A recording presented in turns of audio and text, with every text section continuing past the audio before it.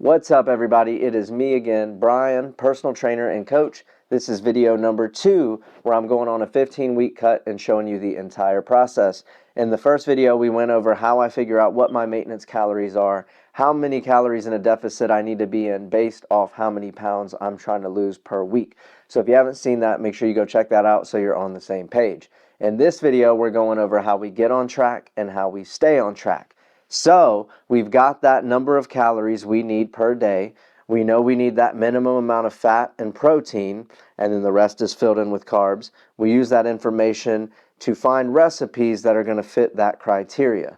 Throughout that first week, we eat our meals, we track our weight. If we're tracking our weight on an app, we will see those data points on a graph, and we should see that downward trend. If we don't see the downward trend and it's flat, then we make a 10% calorie reduction. So if we were at 2,000 calories, we'd take away 200 calories, putting us at 1,800 calories, and we would restructure our meals using that new calorie number. We would eat those meals for that week, tracking our weight, and hopefully we now see that downward trend. If we don't see it, then we do it one more time, and by that third week, we should be seeing that downward trend. Once we're seeing the trend, we stick with that amount of calories until we see that weight flatline. Once we hit that flat line, depending on where we're at in the diet, typically we can make another 10% reduction, and then we'll see it go back down.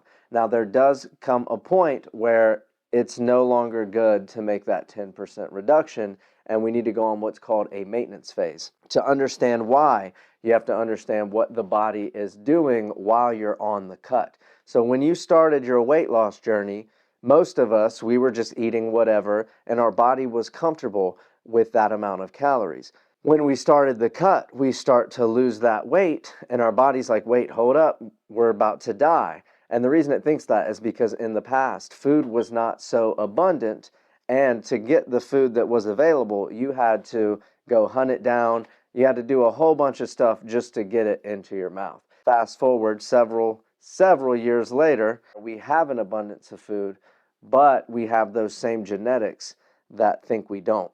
At the very end of your diet, you're very susceptible to gaining weight because your body practically thinks that it's starving, so it's going to do everything in its power to try to conserve energy, and when you do eat a bunch of food, to store it as fat so that way you can have that energy for it later. A lot of times people will get their diet, they'll lose that weight, and then they're like, cool, we can go back to how we were eating. And a lot of times they'll gain more weight than they originally lost.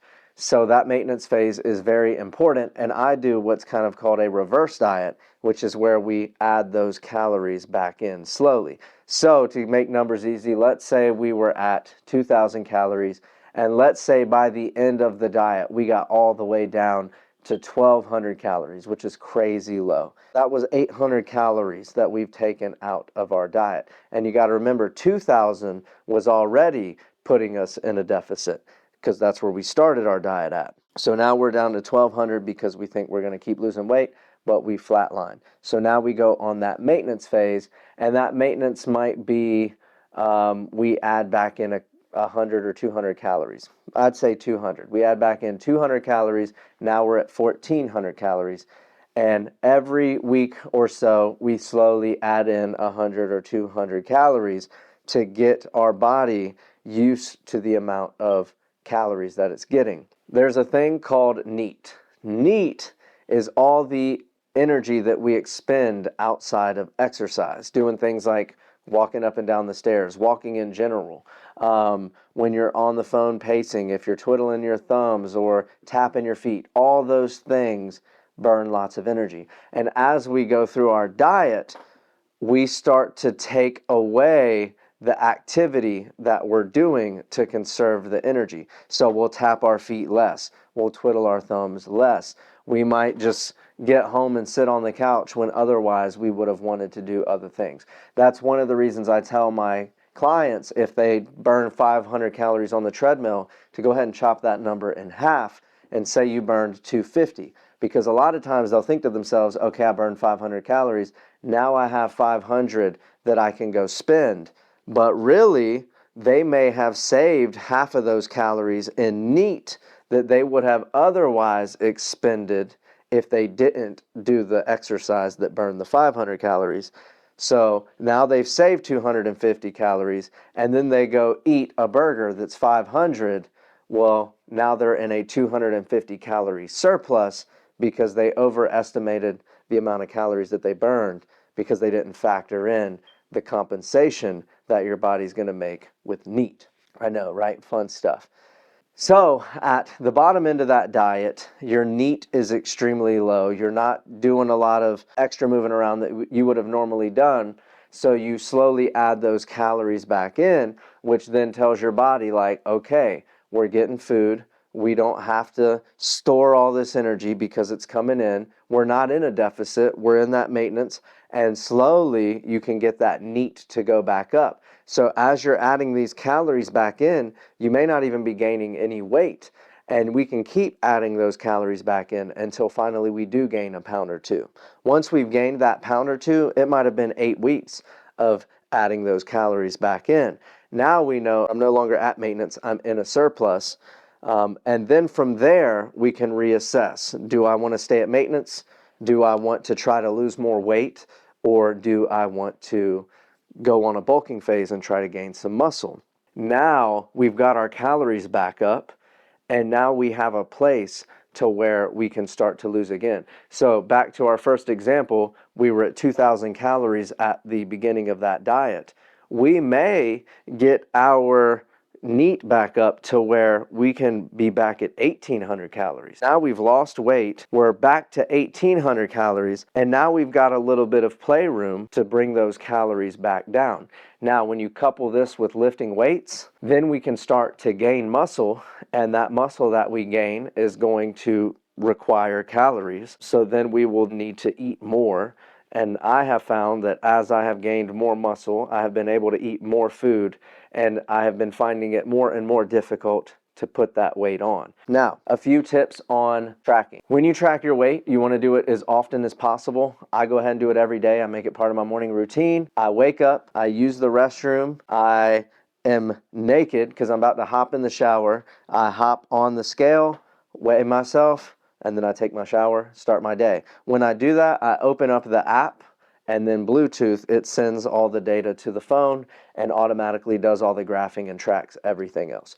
I don't really look too much at my body fat and all of those other metrics. I'm mostly concerned with where that weight is going, so I know that I'm on the right track. Use no clothes or the same clothes. Track as often as possible. And at the same time, make sure you track at the same time. And the morning is typically the best because we have been sleeping all night. We don't have that food on our stomach. And then if you go right after using the restroom, then that's extra weight that you have now taken away from yourself, and you'll have the most accurate weight that you really can get throughout the day. So that's how I track. As far as tracking the calories, I just use the Lose It app to build the recipes.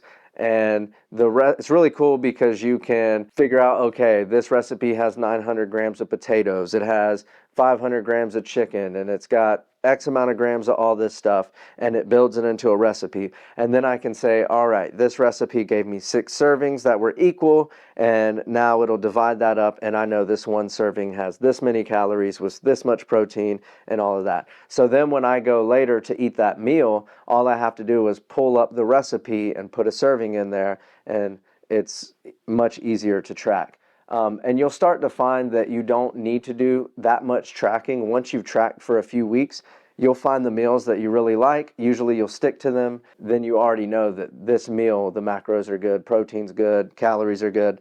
So you can eat these meals without having to do too much tracking. You just have to watch that weight. And if you see that it's not going down anymore, then typically you'll make that reduction, readjust those meals, and you'll see that weight loss again. So yeah, that's about it for step 2. Long-winded, but actually really simple. Make the meals based off the calories, eat the meals, track the weight, see the data.